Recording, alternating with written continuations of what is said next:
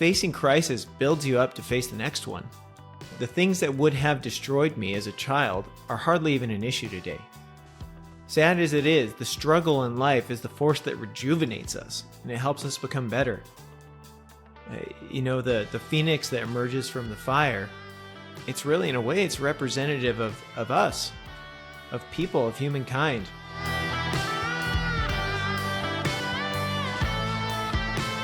So I don't know who first said this, but not too long ago, my father told me that there's nothing like the luxury of a crisis. I'm pretty sure he was quoting someone or something, so forgive me that I didn't bother to look it up. But at the time, we were talking about my business. I think he was trying to get me to make a hard decision that I was avoiding. Here's the thing about crisis, is it brings you to a point where you no longer have any wiggle room. You have to make hard decisions. In a weird way, it can actually be liberating. It can set you free. In the case of my business, one of the discussions was whether or not I should let someone go in an underperforming market. I ultimately decided that it just made sense to keep them. But, some companies, just as an example, they'll go out of business trying to avoid layoffs, and then everybody loses their job when they should have dropped these people that were no longer contributing forever ago. But instead, they opted to hang on, and what seemed like a mercy ended up being a curse to everybody, because then everyone lost their jobs. So not too long ago, I got divorced, and in a way, a part of my identity was ripped away from me. The way I envisioned my future was completely changed. It really changes everything. It really sent me on a journey trying to figure out what to do with myself and how to do it. So even though I have my kids, half the nights, I suddenly had half of my nights entirely to myself. And it has an impact. It makes you rethink everything. It wasn't a crisis that I wanted, but it happened, and it made me think hard about pretty much everything that I was doing in my life. And sometimes it takes a disaster or a divorce or a DUI or maybe somebody almost dying before we wake up and change our lives. I mean, frankly, I'm doing this podcast most likely because I got divorced. It ended up being something of a journal experience for me. The dramatic change in my relationship status made me think hard about what I actually wanted for myself.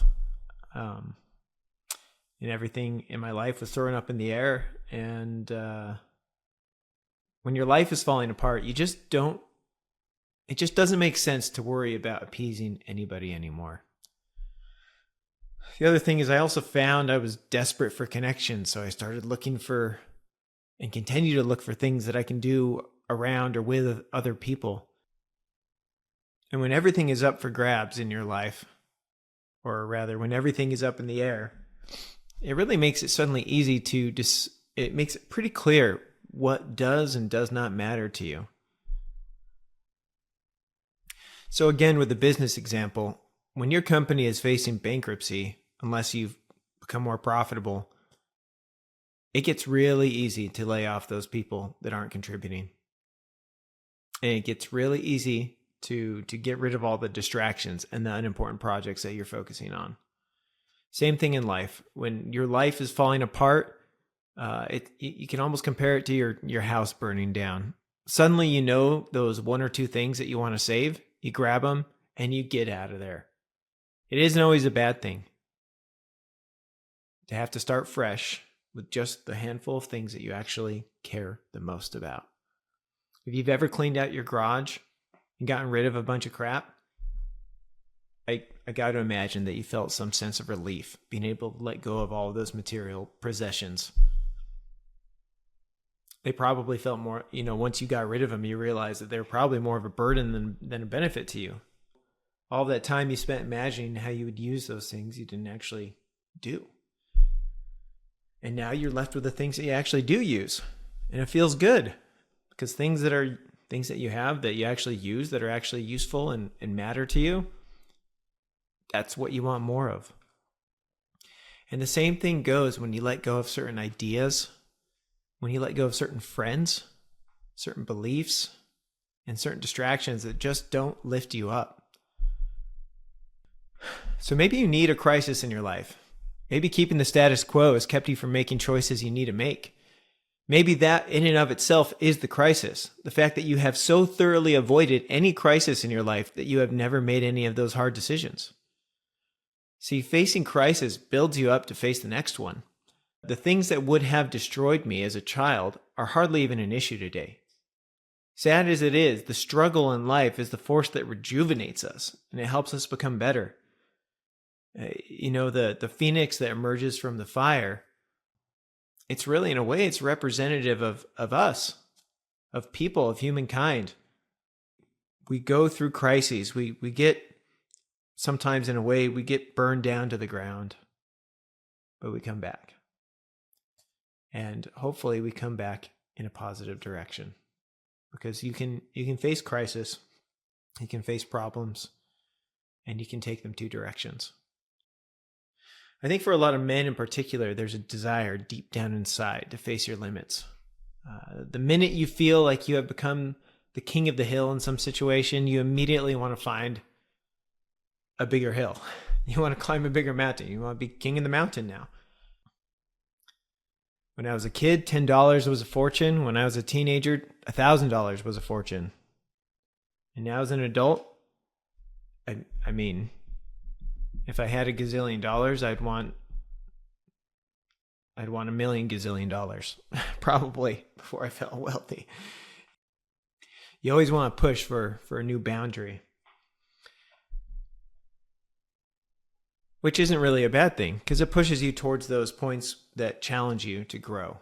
And I think that's why we seek it out. I think deep down inside, many of us have an inherent recognition that we need to find the challenge if we want to improve, if we want to best our previous self. The important thing here is we just can't let the crisis break us. I've definitely had a few times where I had a crisis and it set me back, and it did not send me in the positive direction, which usually that's how it starts. I mean, it's hard to immediately face a crisis and gain the benefits from it. It's usually going to knock you down first, but it gives you the opportunity to get back up again. I attended a lecture one time by this guy. He had dwarfism, and he told us this story about when he was little. He couldn't get onto the first step of the bus, and I think he went home crying to his mom, and who apparently also had dwarfism, and I guess she was even missing like a limb or something. And she handed him a stool to get on the bus the next day. And so for his his school days, he carried a stool so he could climb onto the bus. I love that. Some of the biggest limitations in the world didn't limit this guy. And that was sort of the gist of this guy's story. He had become pretty successful in life, and managed something for some big business. I don't really remember, but that little story about the stool was really impactful. And just another thing to think about is you will never, ever lose the fight if you just get back up again. Not too long ago, I watched the movie Cool Hand Luke. I don't know. It seemed like it was from like the 60s or 70s. It was old. But in that story, the main character of the story gets sent to prison for decapitating parking meters. He was drunk and being stupid, whatever. But he goes to prison, and there's this scene pretty early on in the movie where he gets singled out by the de facto ringleader of the inmates, the biggest, baddest guy that is kind of the boss. Anyways, he doesn't like Cool Hand Luke because, Luke is just well, he's cool. He's calm. He's collected. He wants to knock him down a few rungs. And so in the prison, they let guys fight on Saturdays or something. It's like, okay, we're going to let you guys box it out on Saturday. Get your wiggles out.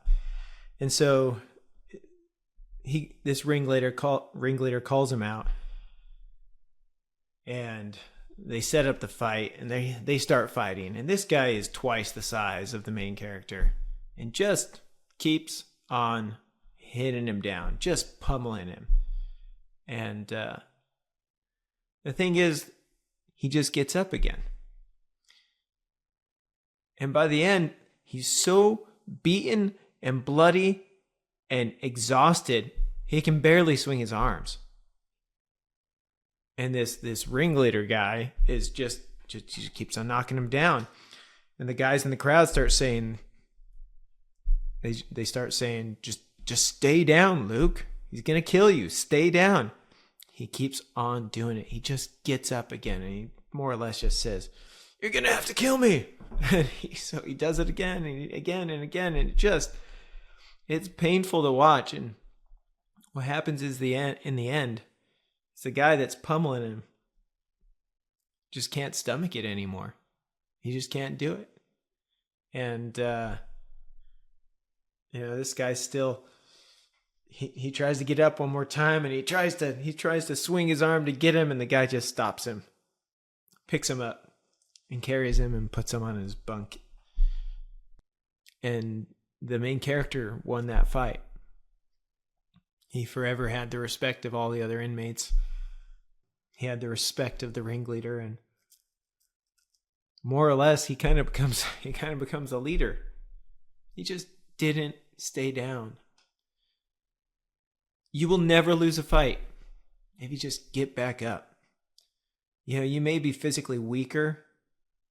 You may, in a sense, lose the fight because they're besting you, but there is something deeper than physical strength. When you see that guy get up again, when you see that guy that gets it handed to him but still gets up, even though he knows he's going to lose. And that's the way we face crisis. Don't ever let him keep you down. We're in a perpetual fight against life, and it's going to make us better, but only if we get back up again. I sometimes wonder if all of the rampant depression and anxiety that people have today comes from just a total lack of challenge and difficulty. It's almost as if the depression is like a deep sadness for the lack of growth and stagnation in a person's life. It really wasn't, as far as history goes, it wasn't that long ago that less than 50% of your children could be expected to survive to adulthood. The average lifespan, I think it was around 40 at one point, like 150 years ago or something. Crisis brings perspective. When everything is going according to plan, sometimes we forget what things could be like, or sometimes we forget how we got there. I remember going on a camp out with a family friend, and this guy was talking about his business. This is one of my parents' friends. I don't remember the details of what he said, but there was something he said that was interesting to me. So the problem was, I think it was not too long after the 2008 crisis, and anyways, he said his business revenue had dropped in half.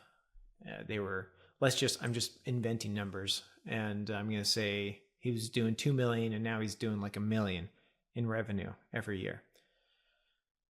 I remember him telling us he had to lay off 50% of the company.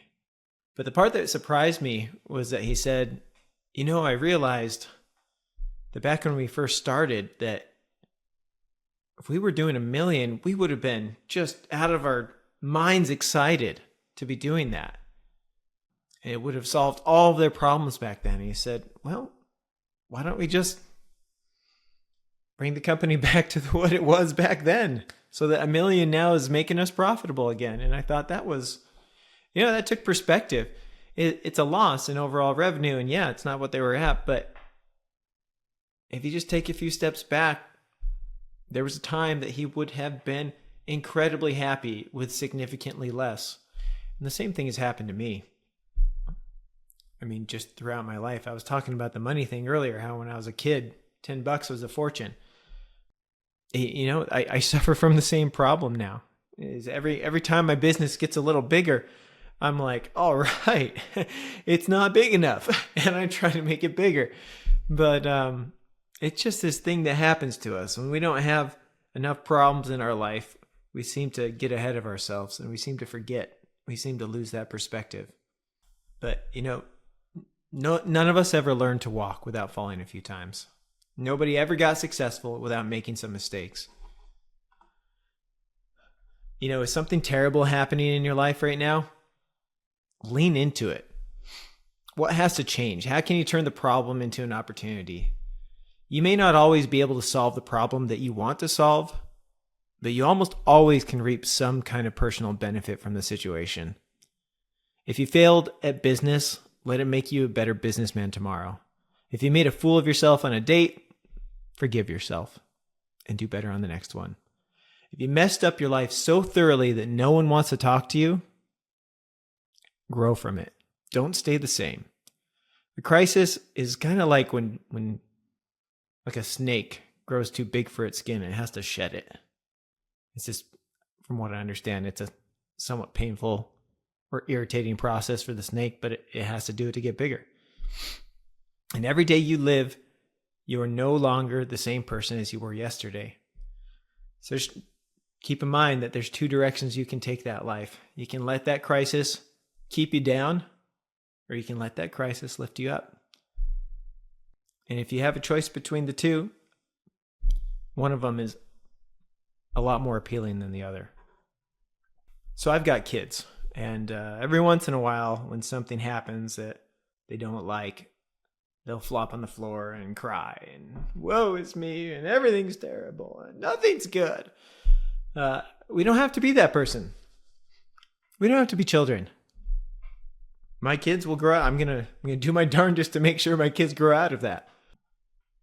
There's always something we can do today. Don't think about tomorrow. Forget about the past. Just do something now. Or stop doing something. Whichever is going to send you in the right direction. And do what you can. It's okay if whatever that is small, because everybody needs to start somewhere. Sometimes it's useful to force the crisis in your mind. You may not be under any pressure, but if you don't make any changes, that pressure will eventually build up at a later date. So instead of waiting for that pressure to build up, try to force that crisis now. Try to make it happen now. Give yourself the luxury of a crisis. One of the saddest stories that I've ever read is Romeo and Juliet. And at the very end of Romeo and Juliet, the Capulets and the Montagues, the two feuding houses, reconcile. But it didn't happen until after their two children were lying dead. So, that's a more dramatic example, but don't let that be you. Get your priorities straight